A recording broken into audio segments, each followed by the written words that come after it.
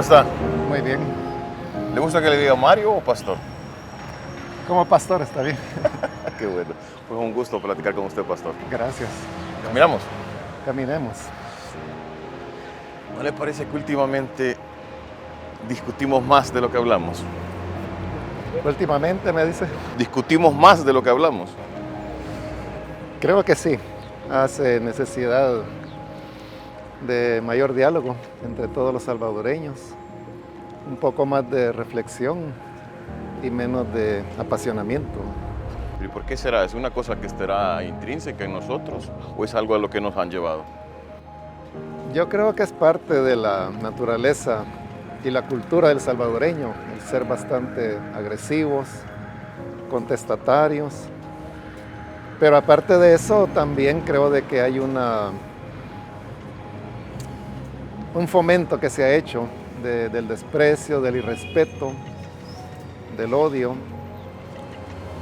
Y creo que esto es asusado por todo el aparato de comunicación que el actual gobierno ha montado y que está produciendo sus resultados, como lo hemos visto en los últimos años. Usted ya lo trajo y es una de las cosas que me gustaría hablar sobre cómo ha sido este año y sobre algunas de las cosas que ha puesto este gobierno, pero si quieramos poco a poco. Antes de eso me gustaría preguntarle, ¿usted cuando estábamos en 2020 se imaginaba que ese había sido el peor año en mucho tiempo o este año está siendo peor, 2021? Sí, yo creo que en el 2020 uno pensaba que las cosas estaban difíciles, que el pensar en acuerdos entre los partidos mayoritarios en esa época era una utopía, algo muy difícil de realizar y que requería esfuerzos, incluso intervenciones de organismos internacionales como el secretario de las Naciones Unidas, que envió a un comisionado para poder propiciar el diálogo entre las dos grandes fuerzas, que por cierto no funcionó y hubo que pasar una etapa diferente donde se creó pues un grupo de apoyo al diálogo de salvadoreños y para salvadoreños. Ubicándose en esa época, yo diría de que era como un momento difícil, que se veía complicado poder llegar a acuerdos de nación, pero obviamente uno nunca imaginó de que las cosas pudieran ser peor de lo que se estaba viviendo. Y eso es curioso porque de alguna forma, pese a ser conflictivos, como usted dice, en algún momento hemos tenido la capacidad de dialogar, de separar nuestras diferencias y sentarnos en una mesa, por muy diferentes que seamos. Sí, en esa época habían esas diferencias y siempre se habló mucho del tema de la polarización. Yo hablé mucho de que era un elemento que estaba haciendo sucumbir planes para poder sacar adelante al país. Pero sí era posible montar mesas de diálogo. Yo estuve en varias de ellas, soy testigo de que por arriba de las diferencias partidarias y aún ideológicas que podía haber entre los miembros de los diversos partidos políticos, se podían construir acuerdos, se podía anteponer el interés nacional y llegar a concretar acuerdos entre las partes. Nunca se llegó a la parte de ejecutar esos acuerdos, pero por lo menos sí hubo la posibilidad de construirlos sobre la mesa. Hay quien dice que, o bueno, es una cosa que yo he escuchado alguna vez, que lo que nos pasa es que no tenemos la capacidad de reconocer al otro como igual, que es algo que nos afecta a la hora de poder discutir sobre nuestras diferencias. Sí, yo creo que ese es un asunto básico, el descubrimiento del otro y verlo como prójimo, como ser humano, como alguien que es igual a nosotros en derechos, lo cual no significa que la persona sea perfecta, se puede equivocar. Hay personas que cometen pecados, cometen delitos, pero siguen siendo seres humanos. Creo de que el enfoque debe ser en las cosas que nos unen. Y lo que nos une es el hecho de que compartimos una misma tierra que no es muy grande. Somos parte de un mismo pueblo con una historia muy intensa, muy dinámica, que la llevamos en la sangre. Todo está muy fresco. La generación actual yo diría que es hija de la generación que enfrentó los grandes conflictos sociales o la generación que la vivimos. Y todo esto nos crea lazos de hermandad. Obviamente, esto no significa de que deba haber uniformidad en el pensamiento, en las actuaciones, en las creencias que tenemos, pero sí hay aspectos importantes como la salvadoreñidad, el anhelo de superarnos, de salir adelante, de construir la paz, de desarrollar oportunidades, sobre todo para los niños y los jóvenes, para que tengan derecho a un futuro mejor, ¿no? Yo cuando le preguntaba lo de este año respecto al año pasado, era porque, bueno, el año pasado estuvimos encerrados durante meses y parecía que eso era, bueno, cuando se nos restringe la libertad, uno piensa que eso puede ser lo peor, pero este año hemos tenido otras cosas que nos, al menos lo que yo puedo ver, me parecería aún más complicadas. Si a usted le tuviera que caracterizar como una persona el 2021, ¿cómo sería esa persona? Como una persona. Como una persona. ¿Qué adjetivos le pondría?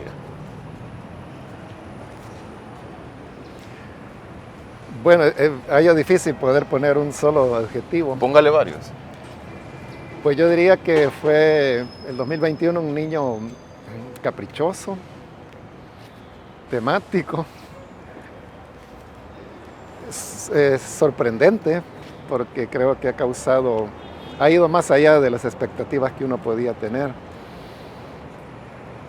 pero al mismo tiempo maligno, porque en medio de todos esos caprichos y algunas veces jugueteos hace cosas que verdaderamente causan mucho daño a muchas personas. Parece que está describiendo a una persona de carne y hueso y no al año, pastor. Pues estoy tratando de enfocarme en el año, ¿verdad? Imaginarlo como un niño que nació y que se comportó así y que ahora pues ya hemos llegado al final de ese año 2021. A ver, usted decía antes que hemos sabido, dentro de todo, en algún momento, como limar asperezas y platicar. Hay una de las cosas que este año se ha caracterizado que teníamos bastante de no verla, que es esa manifestación de la ciudadanía. Y de hecho en esta plaza donde nos encontramos es una de ellas. Ha habido marchas este año, como no las ha habido en otros años, que fueron muy representativas del clamor ciudadano. La del 15 de septiembre, por ejemplo, fue un ícono, no solo por la cantidad de personas, sino por la variedad de personas que había. ¿Ese le parece que es un síntoma de este año? Sin duda, sin duda.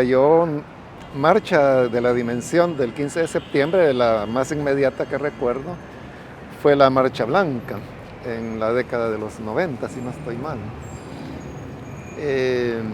Y sí, tiene la diferencia que acaba de mencionar, y es de que en la Marcha Blanca era una marcha predominantemente de izquierda, pero en la del 15 de septiembre fue una marcha multisectorial, donde había izquierda, pero también había derecha, universidades, jóvenes, feministas, las diversas expresiones sociales que hay en nuestro país y que muchas veces tienen agendas encontradas, visiones distintas de la vida, pero que ahí se habían unido con un solo propósito, y era manifestar el desencanto o la inconformidad con lo que estaba ocurriendo o está ocurriendo en nuestro país.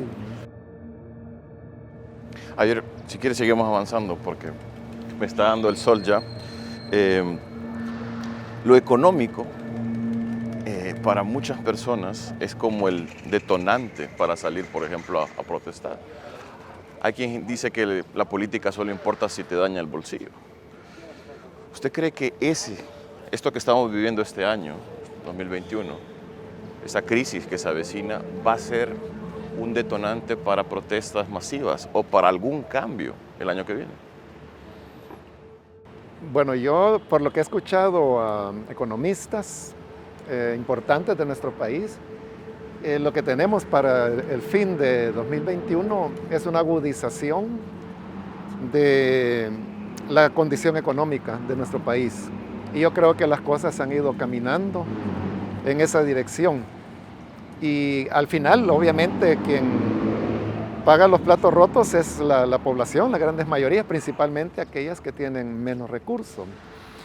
Y lastimosamente yo creo que es así, de que las personas no despiertan, sino que hasta que les toca en carne propia las malas decisiones que se toman a nivel gubernamental. O sea, las personas quizás no lo entienden a nivel teórico, a nivel económico, tal vez de macroeconomía no tienen mayores elementos, pero cuando esto llega a las tortillas, a los frijoles, al huevo, al aceite, ahí sí es donde finalmente entienden, conectan qué es lo que está pasando. Entonces, lastimosamente creo de que las personas, otra vez, ¿verdad? Tendremos que sufrir mucho, pasar por grandes dificultades de nuevo.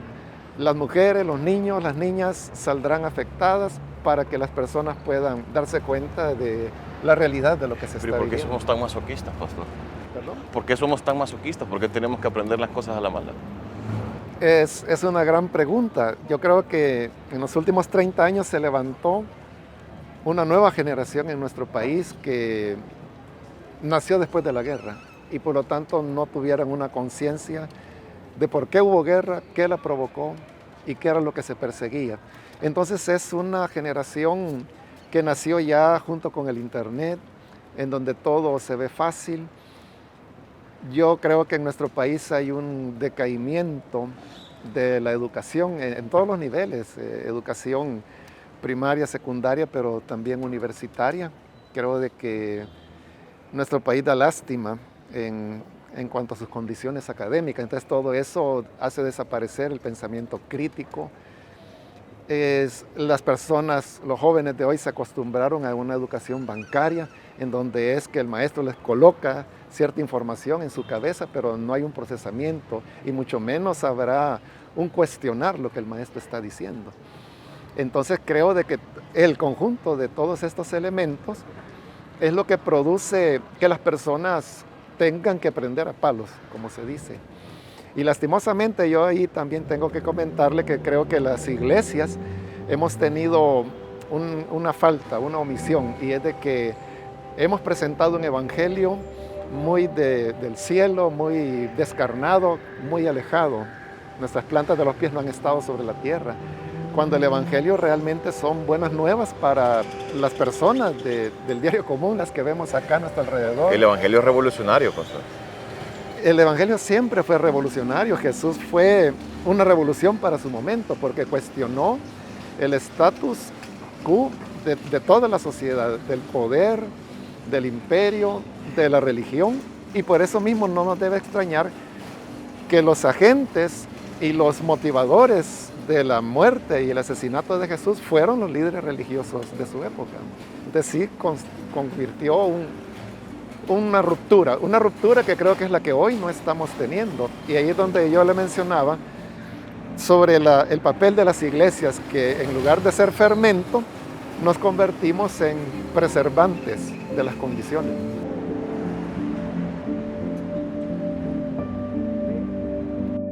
Con lo que pasó el 1 de mayo,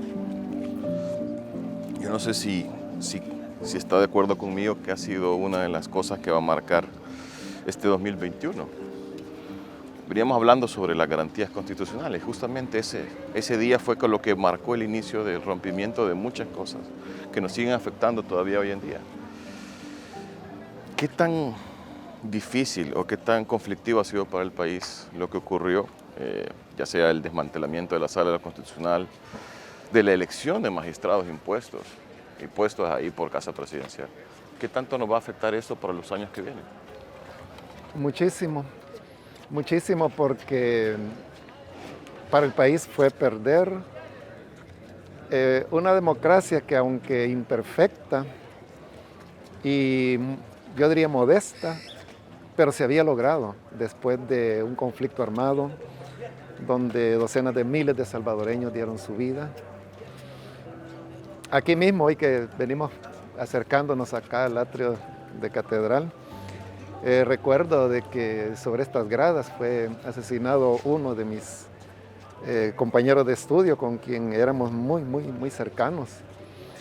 Entonces, el recordar la vida de él y de otros porque fue un total de 42 compañeros y compañeras de universidad que yo tuve que fueron asesinados durante el periodo del conflicto. Al pensar en la vida de ellos, ahí es donde yo veo el valor de lo que se perdió y que yo creo que tomará años poderlo recuperar, pero a mí me gusta pensar positivamente y yo quisiera pensar, o sea, no tengo manera de asegurarlo, solo puedo desearlo, que la experiencia que estamos viviendo le permita a los salvadoreños el valorar lo que se tenía y que se perdió, es decir, que las personas comprendan el valor de la separación de poderes, el valor de tener un fiscal independiente o de tener un poder judicial también independiente, capaz, probo. Eso quisiera yo pensar, de que la gente lo valore y entonces sea más corto el camino para su recuperación. Vimos una dictadura, pastor. Sí, si uno toma la definición como se entiende, digamos, en el idioma español, es una dictadura porque tenemos una cooptación de los tres poderes del Estado. No hay una rendición de cuentas, no hay transparencia, no hay, por ejemplo, una fiscalía independiente que pueda analizar a todos, comenzando pues por el mismo Estado. Entonces, desde ese punto de vista, yo sí creo de que estamos viviendo una dictadura. Tenemos ataques contra la prensa, la libertad de expresión está siendo limitada. Ahora, pues también hay indicios de persecución religiosa, porque las iglesias, por ejemplo, nuestra oposición no está basada en una ideología política o en un posicionamiento partidario, sino que está basado en el Evangelio. Entonces, cuando se hace un pronunciamiento, se emite una opinión, se hace desde las Escrituras. Entonces, el que haya un ataque por expresar lo que las Escrituras dicen para El Salvador hoy, para mí constituye una persecución de carácter religioso. ¿Cómo le hacemos ver a la gente? Porque usted mencionaba, por ejemplo, los ataques a la prensa, y es algo que se vive a diario, quizás. Muchas veces pensamos que la libertad de expresión es un derecho que tienen, o la libertad de prensa, que tienen nada más los periodistas o los medios de comunicación. Porque pensamos que expresarnos, el derecho de libertad de expresión es algo solamente de difundir ideas y pensamientos y no tanto recibir esa información. No solo los ataques, sino también el hecho de cuando nos bloquean información, no solo a los periodistas, sino que a los ciudadanos. ¿Cómo hacemos que la gente se entienda que cuando se está atacando este derecho de libertad de expresión, en realidad se está atacando su derecho de libertad de expresión?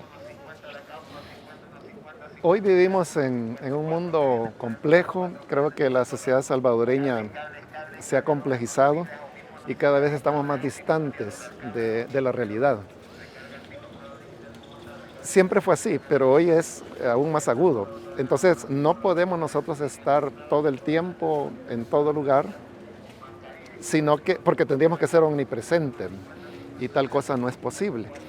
Entonces, los medios de comunicación son los que nos presentan la realidad. Entonces, nosotros en realidad no tenemos contacto con la realidad, sino que la tenemos con lo que los medios nos presentan de la realidad. Y de ahí donde, por ejemplo, a mí sí me importa mucho de que lo que los medios o los periodistas me están presentando sea coherente con esa verdad, o que por lo menos me presente los criterios como yo poder llegar a una conclusión y poder entender esta realidad, que yo no puedo, o sea, yo no puedo saber qué está ocurriendo en los juzgados a menos de que los medios me lo digan. Yo no puedo saber qué está ocurriendo en una comunidad de la Unión a menos que los medios me lo digan. Entonces, yo sí quiero que los medios sean objetivos, que trabajen bien, que hagan bien su papel, su labor. Y eso es porque yo quiero conocer la verdad. Entonces, es un derecho mío. Entonces, cuando se ataca al periodismo y aquel periodismo independiente que no está respondiendo a intereses de nadie, sino que simplemente a la verdad y a esa realidad, entonces están atacando mi derecho de poder conocer la verdad de lo que sucede. Usted mencionaba hace un ratito sobre la violencia y es una de las cosas que también nos están afectando y nos ha afectado en las últimas décadas. La particularidad en este año es que no hay transparencia, no solamente en temas de seguridad, sino que en general. Pero digamos que en eso también tiene que ver mucho. Los homicidios han bajado este año, pero hemos tenido otro tipo de problemas. Por ejemplo, muchas personas están preocupadas por la cantidad de personas desaparecidas este año, aun cuando las cifras no sean tan altas. Pero el fenómeno, por ejemplo, de los desaparecidos, o al menos cómo el gobierno los ha afrontado, ha hecho que muchas personas se indignen y que digan no vivimos en una sociedad segura. El gobierno habla sobre el plan control territorial y lo vende como un éxito. Si usted le tuviera que explicar a alguien fuera de El Salvador si El Salvador realmente es un país seguro, ¿qué les diría? No, no lo es de ninguna manera. Seguimos todavía bajo una epidemia de violencia, aún pues cuando los homicidios se han reducido, y yo creo que la reducción es real, todavía estamos en niveles epidémicos. Por lo tanto, no es un país seguro, y eso uno lo puede ver, por ejemplo, cuando los Estados Unidos recomienda a sus ciudadanos no visitar el país por ser precisamente un país con condiciones de inseguridad grave. Pero por otro lado, desde un principio yo no he cesado, ¿verdad?, de mencionar el hecho de que el actual descenso de homicidios, el cual es real, no se produce porque el plan territorial, el control territorial sea algo, sino que porque hay un acuerdo que se ha construido entre el actual gobierno y las tres principales pandillas del país. Entonces eso yo lo he dicho desde hace tiempo, y sobre todo pues hoy, de que algunos medios han publicado evidencias que provienen de fuentes también gubernamentales y que luego los Estados Unidos confirman lo que los medios han dicho a través de sus propias investigaciones. Entonces yo creo que ahora ya hay que ser realmente demasiado necio como para no querer ver lo que está ahí delante de los ojos. Pastor, ¿le parece si nos vamos a tomar un café? Bueno, así seguimos platicando. Exacto, vamos. Gracias. ¿Qué recuerdo les trae venir a este espacio, Pues la plaza? tenía ya algún tiempo de no venir. Eso solo me recuerdo la década de los finales de los 70. Como le digo, la Grada de Catedral solo me recuerda eso, la masacre del 8 de mayo del 79. Pensé cuando decía que de su amigo era más con lo que pasó en el entierro de Monseñor Romero. No, fue antes. Sí. Fue en el 79. Y pues como todas estas calles, ¿verdad?, eran de conflicto. Solo eso me recuerda, la esquina aquella donde ahí está el rótulo de Vidrí. Sí. Esta plaza ha sido, tanto la Barrios como la que veníamos, un símbolo de protesta a lo largo de mucho tiempo. Símbolo también de comunión de muchas personas a la hora de, ya sea de protestar o de sentirse cerca por la defensa de sus ideales. Y es curioso cómo después de tanto tiempo lleguemos otra vez a lo mismo, lo que estábamos hablando recién. Es curioso cómo la plaza se llena nuevamente por circunstancias similares. Sí, yo esperaría de que el conflicto no vaya a escalar tanto como escaló pues en los 70, 80, sino de que pueda haber una salida más sensata, diría yo. Y la cuestión es de que la manera de salir, uno pensaría de que es a través de las votaciones, una elección donde una nueva autoridad llegue, pero como ya está pues en duda el tema de la transparencia en las elecciones. Uh-huh. Esa es otra. Sí, no sabemos si en 2024 vamos a tener la posibilidad de tener elecciones como las teníamos antes. Sí, entonces la salida, esa sería pues la salida racional y civilizada. Si no se va a dar o no se permite, entonces ya uno piensa las cosas se van a complicar y las personas tendrán que buscar otro tipo de opción.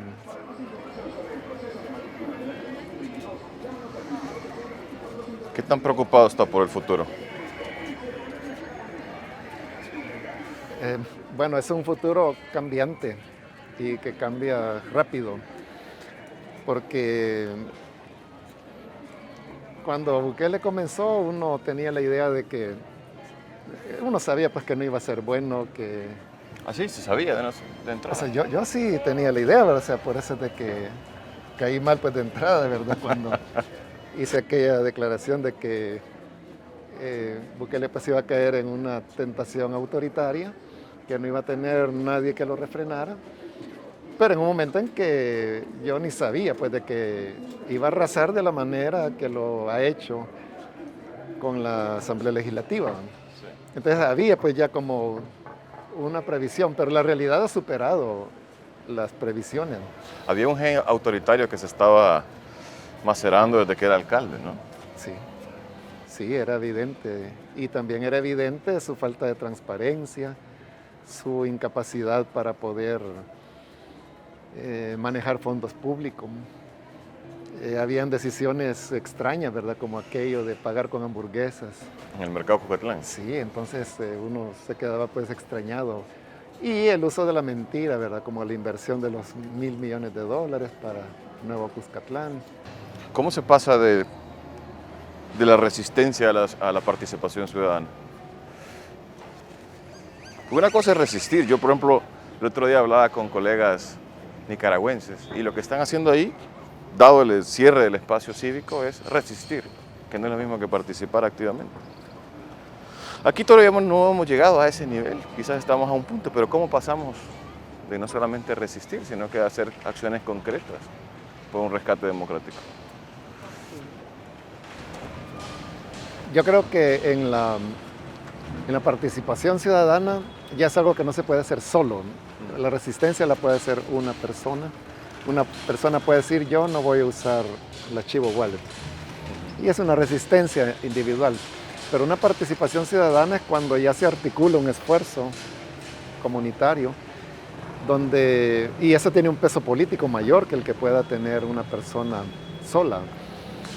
Entonces, esa incidencia política en algún momento necesariamente tiene que traducirse en una expresión electoral, a menos de que se esté pensando en una revuelta que pudiera llegar a ser violenta, pero eso es precisamente lo que no queremos. Entonces, en algún momento, esa resistencia tiene que convertirse en participación y participación electoral. Entonces, tiene que haber un instrumento, tiene que haber un partido político. Entonces, ¿pero cuál va a ser? Esas son preguntas que debemos hacernos ahora. Y si no se hace ese paso, la ciudadanía no va a poder poner un aporte para solucionar los conflictos que hoy vivimos, ¿no?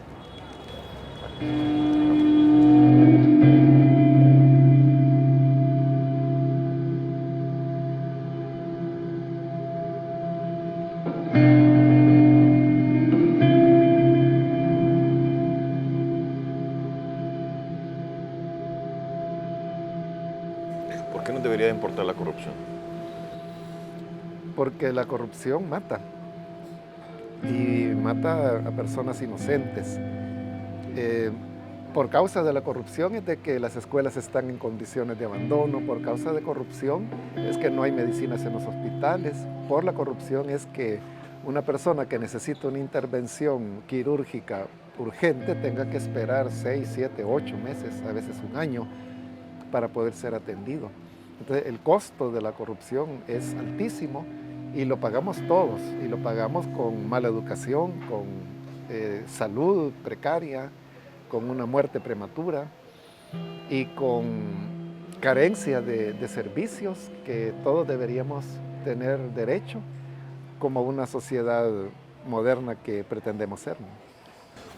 ¿Por qué si hay tantas carencias, como usted dice, y a diferencia de otras administraciones, ahora mismo estamos viendo la corrupción casi que en tiempo real, ¿por qué pese a eso hay tanto apoyo popular para este régimen?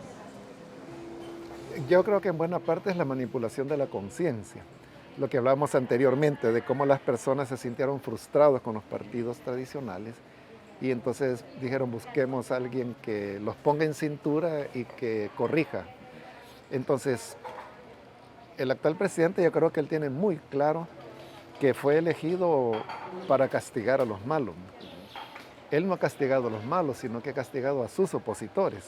Pero como parte de esos opositores han sido malos, entonces la gente celebra, por ejemplo, el hecho de que se allane, por ejemplo, el local de un partido político o se le requise, se le expropie. Entonces la gente lo aplaude y cree que con eso está sanando un mal. Entonces mientras él continúe dando ese tipo de golpes, la gente va a creer de que él está cumpliendo sus promesas, pero realmente no se da cuenta de que está siguiendo con los mismos patrones, con las mismas conductas y con la misma corrupción. A mí un caso que me llama la atención y no me deja de sorprender es el de el actual director de centros penales y viceministro de Seguridad, Osiris Luna. Osiris Luna ha sido señalado, no solo, ¿se acuerdan al inicio con aquel famoso viaje, sino que en estos poco más de 2 años hemos tenido casos de corrupción, hemos tenido la negociación con las pandillas y es el único funcionario que está incluido en la lista del Departamento de Estado y en la lista del Departamento del Tesoro. Y sin embargo sigue ahí. ¿Por qué? Es una buena pregunta. Yo creo que porque él maneja información muy sensible, entonces tiene que ser protegido a toda costa. Y en esta protección pues hay mucho uso de mentira, negar evidencias, negar los hechos que se están dando. Pero la cuestión es de que tanto él como el director de Tejido Social marroquín están en serios problemas, porque ellos ahora están catalogados como personas que han cometido delitos transnacionales. Por lo tanto, ellos seguridad no van a tenerla ni en el país ni fuera del país. Los dos son jóvenes y han echado a perder su vida, yo creo que por no haber reflexionado acerca de las repercusiones de cada una de las cosas que están haciendo.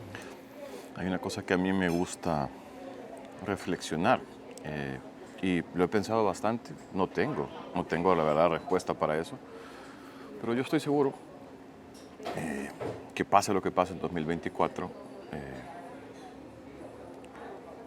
puede ser que en ese momento termine esta administración o puede ser que se prolongue otros 5 años, porque hay una cosa que no hemos hablado, que tiene que ver con esta vocación de algunos líderes autoritarios de tratar de prolongarse en el poder lo más que puedan. Bukele en algún momento va a terminar. Puede ser que termine en 5, 10 años, 20 años, no lo sabemos. Pero hay una cosa que ha sembrado, que eso no sé cómo se puede lidiar contra ella, que es el odio. Hay un discurso de odio, de señalar que todos somos enemigos, que somos opositores, que estamos contra otros, alimentada por ya la sociedad salvadoreña que era bastante polarizada. ¿Cómo luchamos contra ese odio? ¿Cómo luchamos para que ese odio no vaya más allá? Sí, bueno, yo creo que lo que le decía anteriormente de que yo tiendo a ser optimista y en este optimismo yo quiero pensar de que las personas van a aprender la lección y que odiarnos no lleva nada más a que crear las condiciones para que una persona astuta aproveche esa condición de odios y de polarización aún más extrema que la que teníamos antes para salirse con la suya, para la corrupción, para la mentira, para el abuso del poder. Entonces yo esperaría de que las personas aprendan la lección y digan, tenemos que aprender a entender de que cuando una persona tiene una manera distinta de pensar, escuchar esas razones de por qué piensa así y no ser tan simplista de decir, es que está a favor de que maten a la gente, está a favor de la corrupción o porque fue parte de la corrupción o porque fue parte de partidos políticos. Bueno, hoy se habla tanto de arena frente como que si fueran una misma cosa, cuando la historia de 30 años últimos en nuestro país fue una historia de las grandes diferencias que hubo entre estos partidos políticos. Si uno dice, en ambos hubo corrupción, es cierto, pero eso, digamos, sería como un elemento común entre muchas diferencias ideológicas y de maneras de hacer las cosas que cada uno tuvieron. No es cierto de que hayan sido lo mismo y tampoco es cierto de que sean lo mismo hoy en día, no es verdad, aun cuando tienen más cuestiones en común que lo que pudieron tener en el pasado. Pero esa forma simplista de pensar yo creo que ha llevado a la condición actual y las consecuencias las estamos viviendo. Y si ocurre la crisis económica que los economistas han anunciado, entonces las personas vamos a tener que pagarlo y enfrentarlo. Y eso es lo que yo esperaría, que haga reaccionar a las personas para que se den cuenta que uno puede tener una opinión diferente, simple y sencillamente porque tiene otra visión de las cosas o porque tiene otros valores y otros criterios. Y que eso es suficiente para marcar la diferencia. Usted decía al inicio de esta plática que este había sido un año como un niño berrinchudo, malcriado, que ha hecho cosas malas. Un poco trayendo lo que hemos hablado, yo pongo 3 cosas que las que hemos platicado. Una tiene que ver con el cierre del espacio cívico, este rompimiento democrático que hubo, la crisis económica de la que usted habla, y esta pax mafiosa también que supone que el Estado tenga un vínculo directo con pandillas. ¿Se nos queda algo de lo que ha sido este año? ¿Hay algo más? O digamos que esos 3 temas podrían ser los principales. Sí, yo diría que hay elementos que no hay que perder de vista y es el tema de la importancia del conocimiento, porque también estamos en una época en que, como los actuales funcionarios no tienen muchas credenciales que presentar, entonces hay una descalificación de la academia, de los estudios.